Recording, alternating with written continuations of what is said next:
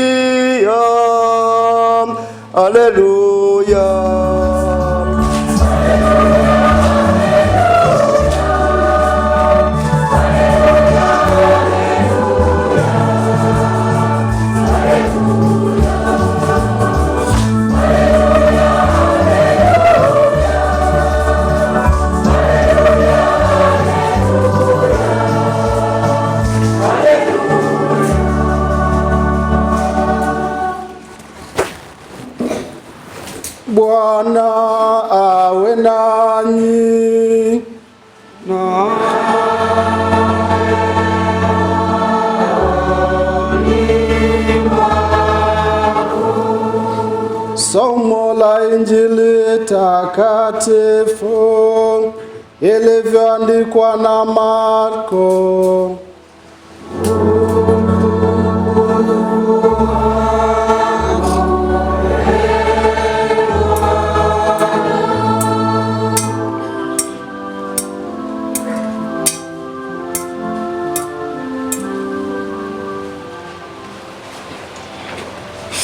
Sura ya 6 aya 34 hadi 44.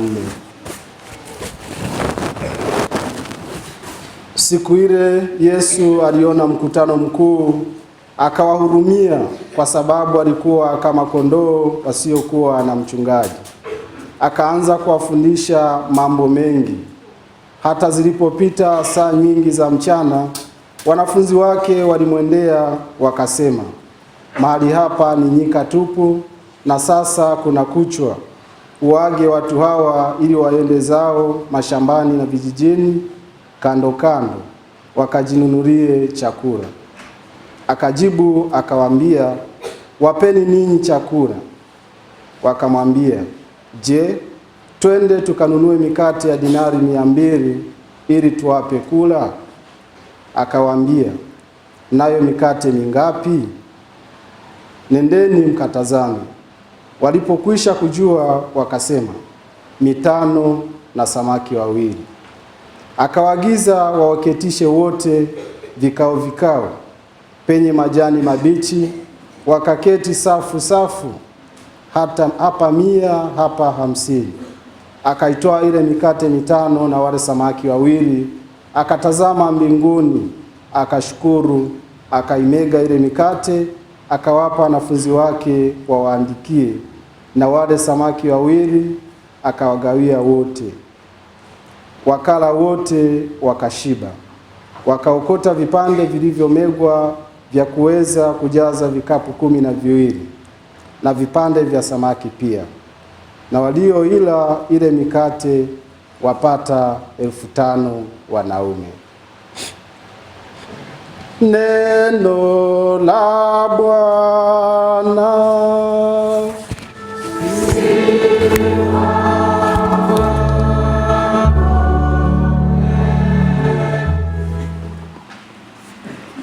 Yale ambayo tumeyatafakari katika maandalizi ya siku ya leo yanalishwa na kushibishwa na neno la Mungu.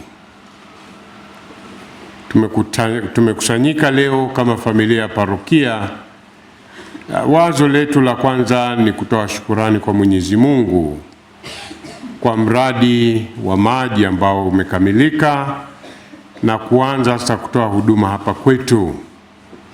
Tukiomba vile vile mradi huo uwe na udumifu, na vile vile kwa hali fulani kuahidi mbele ya Mwenyezi Mungu wajibu wetu wa kutunza mradi huo. Ndani ya mradi huo tunatafakari fumbo kubwa la kuzaliwa upya, ambapo leo tuliambiwa ndugu zetu hawa zaidi ya 52 watapata sakramenti ya ubatizo. Na kwa makusudi ikaandaliwa kwamba sakramenti hiyo, maji hayo yatakayotumika yatoke katika kisima hicho kipya ambacho tumekibariki, tumekifungua na tumeshuhudia kwamba maji yake yanapatikana. Katika somo la Injili tunaonja mazingira kama hayo. Yesu mwalimu lakini mwenye huruma. Mwalimu, hawa watu walikusanyika mbele za Yesu wakitaka kumsikiliza, wakilishwa kwa neno lake. Na Yesu anadhihirisha kwamba yeye ni neno la kweli, neno wa kweli ambaye halishi tu kwa juujuu. Pamoja na mafundisho yake anagusa maisha ya watu. Injili ambayo tunaihubiri, Injili ambayo Kristo ametupatia, ina wajibu wa kuwa na sifa hiyo, kwamba itafsiriwe, iishiwe katika maisha ya watu. Inakuwa ni injili hai, injili endelevu. Hawa watu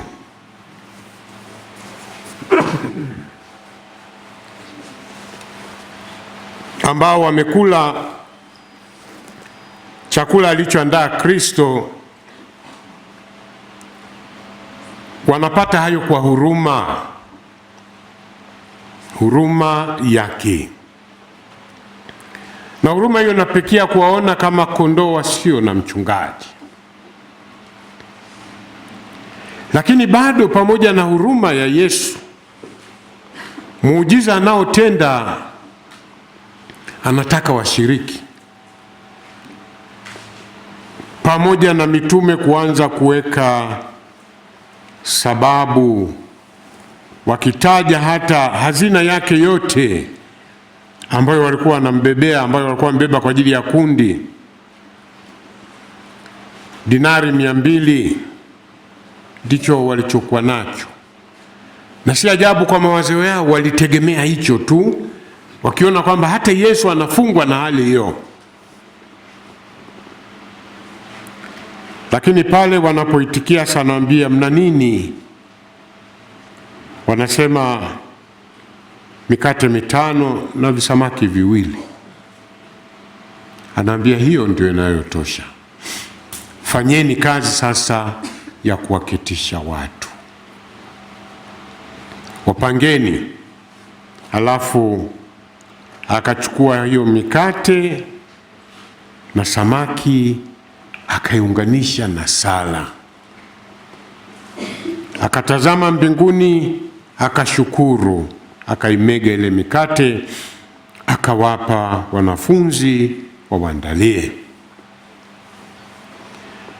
Mazingira hayo tunaweza tukaonja hata mradi wetu huu ambao leo tumeuzindua.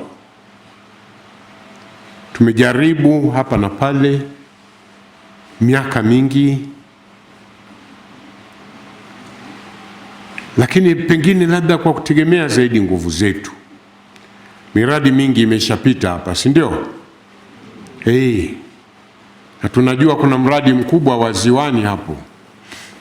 Ziwa liko kilomita chache tu kutoka hapa parokia. Lakini imekuwa ni parokia mojawapo yenye shida kubwa ya huduma ya maji. Kama kanisa, lakini hata jamii ambayo inatuzunguka. Pengine shida ambayo tumekutana nayo ni kwamba miradi mingi ambayo imejaribiwa pengine hata na wenye uwezo na nguvu na wajibu wa kuleta maji haikupata sura hii ya huduma ya Kristo. Ndio maana ukifuatilia ile miradi, watu wamefukuzwa kazi, watu wamefungwa, vifaa vimepotea. Tukabaki pale pale kwa sababu lilibaki letu na tukategemea uchache tulio nao, na humo tukaingiza na tamaa zetu na wivu na udhaifu.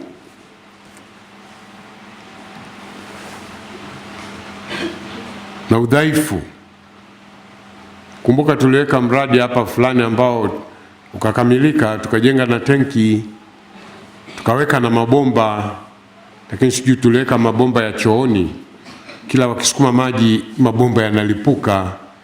Na hapo tukasema sasa imetosha, yamelipuka ya kutosha, tuache kuleta maji. Hayakupata moyo huu wa Kristo wa kusema leteni hapa. Halafu akatazama mbinguni, akamkabidhi Mungu na akashukuru kabla hata ya kula, ndipo akamega wakala.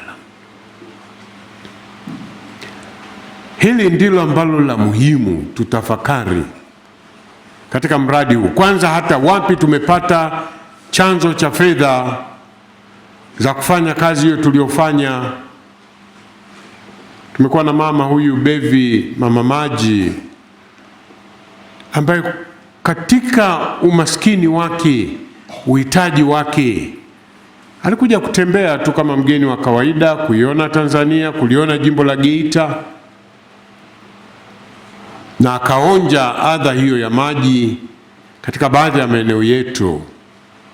Na alianza kwa kweli na eneo moja tu, na alichofanya ni hilo, kwamba katika kidogo alicho nacho akawashirikisha watu, na akapata watu hawa ambao wameendelea kumuunga mkono, akaweza kuweka mradi wa kwanza kule parokia teule ya Paulo wa Sita. Kuanzia hapo ameendelea kutafsiri hayo, akaona yanawezekana. Lakini daima ukiona huyu mama, kitu kikubwa ni imani ambayo imemsukuma katika pendo ambalo tulivyosikia somo la kwanza, unaonja linatoka kwa Mungu. Kila anapomaliza mradi mmoja anarudi kwao kuanza kuomba. Anadunduliza, anakusanya hapa, anachukua fedha vyake mwenyewe, anaomba huku, akamilisha, ameshajua mpaka sasa kwa wastani tunatumia kiasi gani, anatuletea.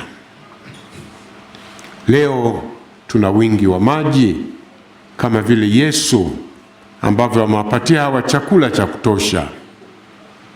Kwa hiyo tuwe na shukurani. Shukurani yetu ni hii: baada ya yote wakala wakashiba, wakaokota vipande vilivyomegwa na kujaza vikapu 12. Wanatunza hiyo kazi ya kuokota, ni ya kwao, sio muujiza tena. Katika kuokota ndipo wanagundua muujiza ulivyokuwa mkubwa, wakajaza vikapu kutokana na mikate 5. Tuna wajibu wa kuangalia kwamba mradi huu utufae, sio leo tu, na kwa wakati ujao, kwa kuutunza, kuulinda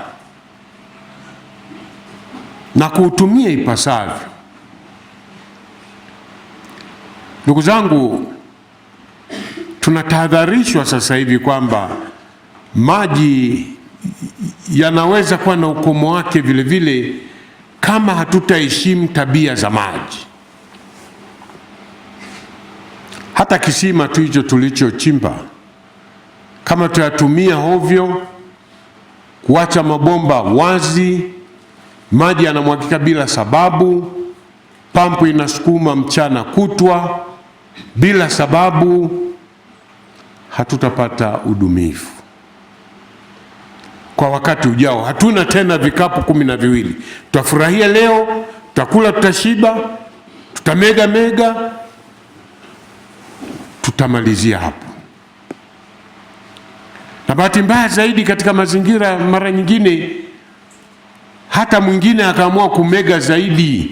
Tunasikia katika miradi kama hii, mmoja kaiba pampu, mmoja karibu pampu makusudi ili apeleke kudanganya anatengeneza, akaiba hela za watu.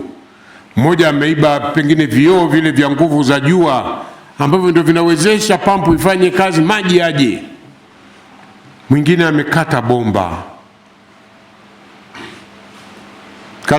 kipande cha mita 1 kwa ajili ya kwenda kuswagia punda. Si ndio mnatumia hiyo? Nimeona ndio mnafukuzia punda sasa hivi. Unakata kile kwa sababu tu ya kuswagia punda. Ni kukosa shukurani kwa Mungu. Ni kukosa shukurani ambayo Yesu amekwisha toa kwa ajili yetu. Mama huyu anapojitoa anashukuru.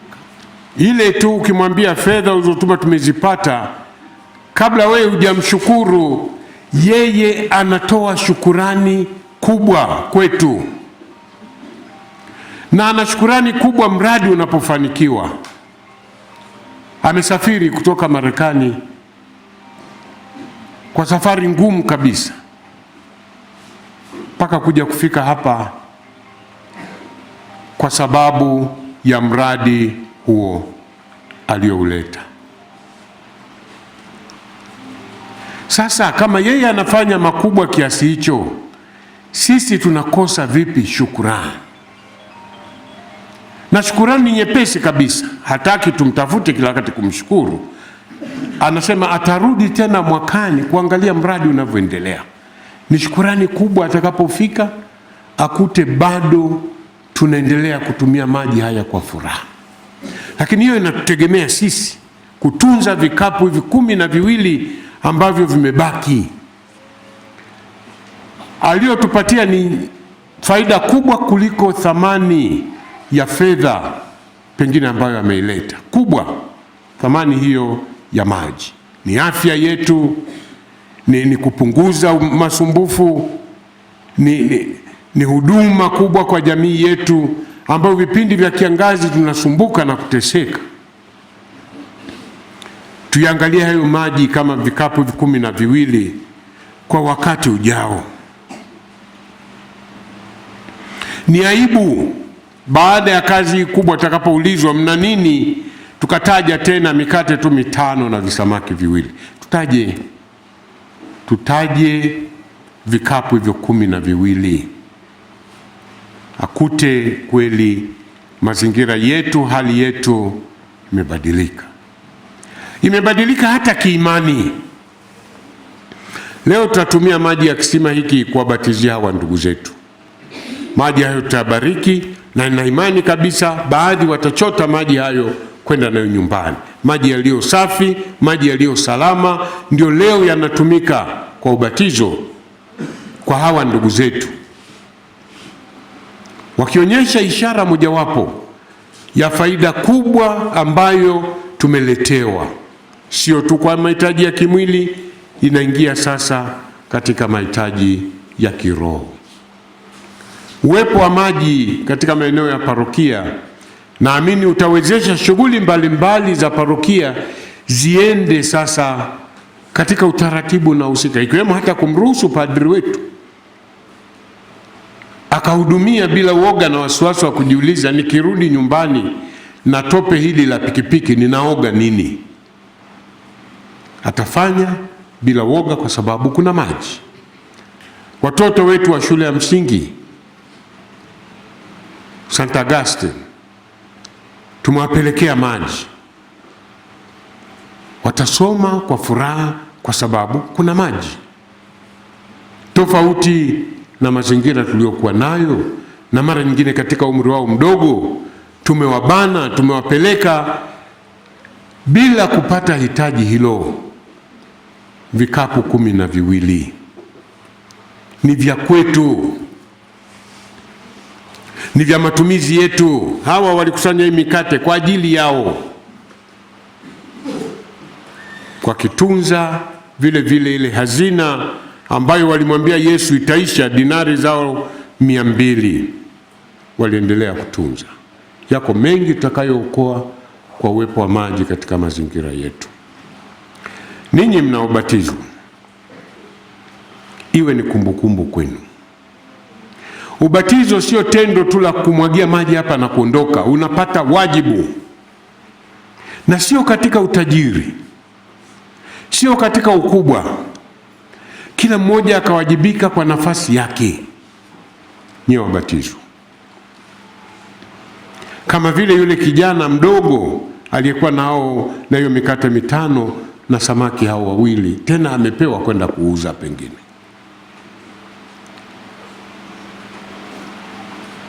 Ubatizo ukawafanye mweke tofauti katika hali ya maisha yenu binafsi kwanza, lakini kwa vile leo mnabatizwa siku ambayo tunafungua mradi wa maji, unganisheni ubatizo wenu na sifa zote za maji. Maji yanatokana vile vile na uzuri wa mazingira. Tunaelewa kabisa mahali penye misitu mizuri, mahali ambapo tumetunza mazingira vizuri, maji yanakuwepo kwa urahisi zaidi kuliko tabia ambayo tumeifanya ya kufyeka miti na kuacha jangwa, maji yanapotea. Kumbe leo tumeyapata maji mita 150 chini. Pamoja na kwamba tumeanza kuyapata mita 50 hapo, lakini mazingira tulionayo pengine yalipaswa kuwa juu zaidi. Tumelazimika kuendelea kuyafuata kwa sababu si mengi sana kihivyo, mpaka tumekwenda mita 150. Katunzeni mazingira.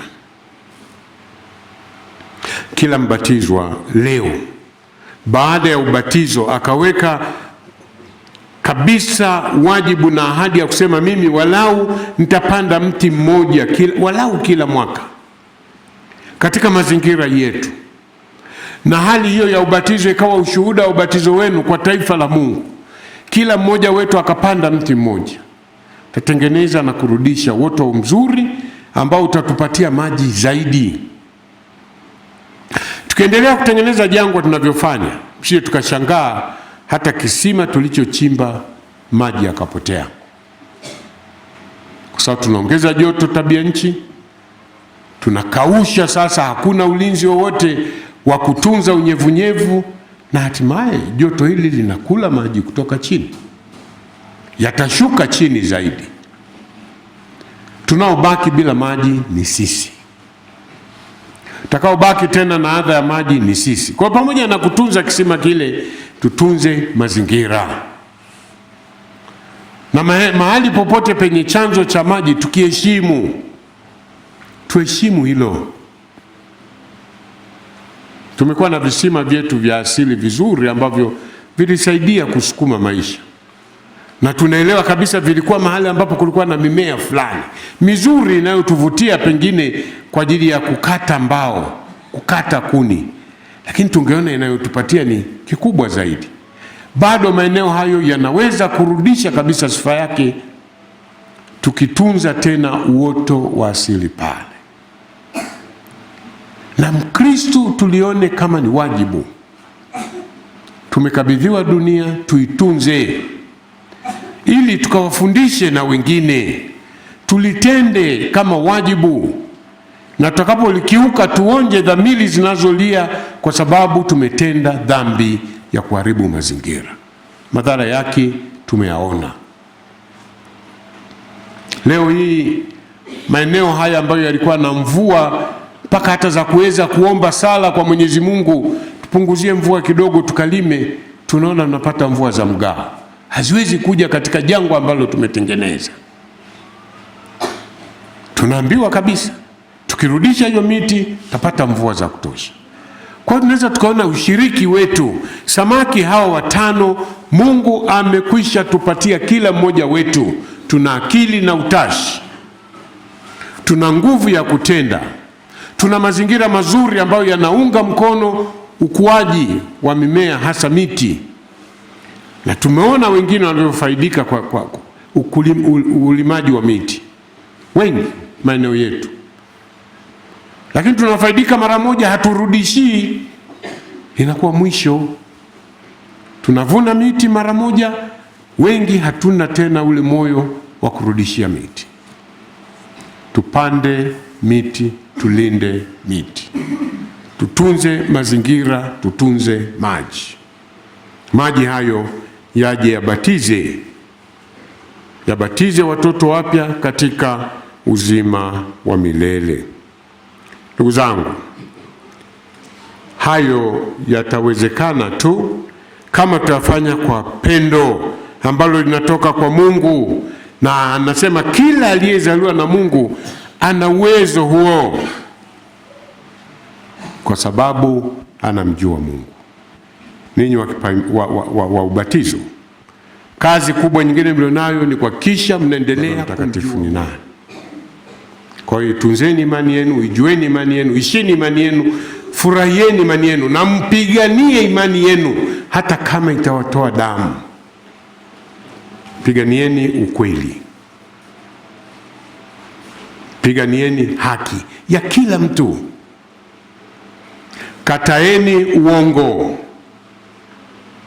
Tunaambiwa mnamkataa shetani, baba wa uongo na uzushi. Nasema namkataa, halafu kesho unadanganywa, unaambiwa sema uongo, unarudi kwa shetani. Usisahau kushare, kusubscribe na kulike.